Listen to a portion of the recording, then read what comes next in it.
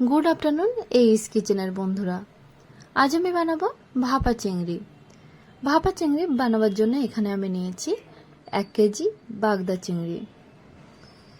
1 KG বাগদা চিংড়ি নিয়ে চিংড়ি মাছগুলো বেশ ভালোভাবে ধুয়ে পরিষ্কার করে নিয়েছি। আর এই যে পিঠের দিকে শিরাগুলো বাদ দিয়ে দিয়েছি আর মুখের কাছে নোংরাটা বার করে দিয়েছি। এইভাবে মাছগুলো পরিষ্কার করে নিয়েছি।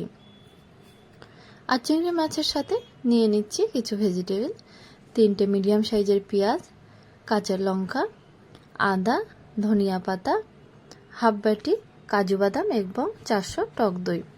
প্রথমে মাছগুলোকে ম্যারিনেট করে নেব। ম্যারিনেট করার জন্য দিয়ে দিচ্ছি ছোট চামচের 1.5 চামচ হলুদের পাউডার, 1 চামচ লবণ, 1 চামচ কাশ্মীরি লঙ্কার পাউডার এবং বড় 1 চামচ সরিষার তেল। এই সবগুলো দিয়ে বেশ ভালোভাবে মাছগুলোর সাথে মেখে নেব। এইভাবে রেখে দেবো আধা ঘন্টা। ততক্ষণে ভেজিটেবলগুলো কেটে নেব। প্রথমে দেখুন পেঁয়াজগুলো কেটে নিয়েছি, এরপরে লঙ্কা সেগুলো কেটে নেব।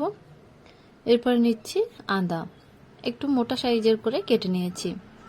এবারে একটা কড়াইয়ের মধ্যে কিছুটা সরিষার তেল দিয়ে দেবো। তেলটা যখন গরম হয়ে যাবে তখন তেলের মধ্যে কেটে রাখা পেঁয়াজ, লঙ্কা এবং আদাগুলো দিয়ে হালকা করে ফ্রাই করে নেব।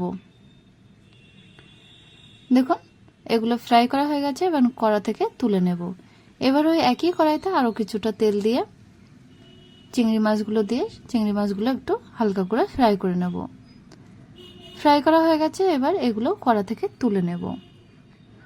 এখন পেঁয়াজ, লঙ্কা এবং আদাগুলো পেস্ট করে নেব।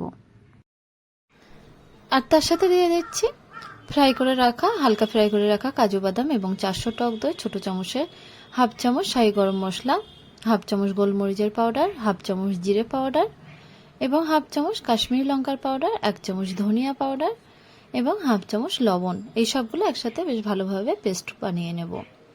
দেখুন এবার ম্যারিনেট করা চিংড়ি মাছের মধ্যে পেস্টগুলো দিয়ে বেশ ভালোভাবে মিক্সড করে নেব। এই সময় দিয়ে দিচ্ছি হাফ চামচেরও বেশি সুগার পাউডার। এতে করে টক এবং মিষ্টির ব্যালেন্সটা বজায় থাকবে। এবার সমস্ত চিংড়ি মাছগুলোকে একটা বড় টিফিন বক্সের মধ্যে দিয়ে দেবো। তার উপরে দিয়ে দিচ্ছি কোচানো ধনিয়া পাতা এবং 1 চামচ ঘি। টিফিন বক্সের ঢাকনাটা লাগিয়ে দিয়ে একটা কড়াইয়ের মধ্যে আগে থেকে গরম জল করতে দিয়েছিলাম, একটা স্ট্যান্ড দিয়ে টিফিন বক্সটা বসিয়ে দিয়ে উপরে একটা ভারী কিছু চাপা দিয়ে দেব। এইভাবে গ্যাসের ফ্লেমটা একদম হাইয়ে রেখে জলটা ফুটিয়ে নেব আধা ঘন্টা পরে দেখুন টিফিন বক্সটা নামিয়ে নিয়েছি। এবার ঢাকনাটা খুলে নিলাম। দেখুন তৈরি হয়ে গেছে ভাপা চিংড়ি। ভাপা চিংড়ি খুব সহজে এবং সহজ পদ্ধতিতে বাড়িতে বানানো যায়, আর এটা খেতে কিন্তু খুবই টেস্টি। তাহলে বন্ধুরা রেসিপিটা দেখে একবার বাড়িতে অবশ্যই ট্রাই করতে পারেন। আশা করছি ভালো লাগবে। যদি ভালো লেগে থাকে তাহলে আমাকে কমেন্ট করে জানাবেন। আর চ্যানেলটা এখনো পর্যন্ত সাবস্ক্রাইব করা যদি না হয়ে থাকে তাহলে সাবস্ক্রাইব করার অনুরোধ রইল।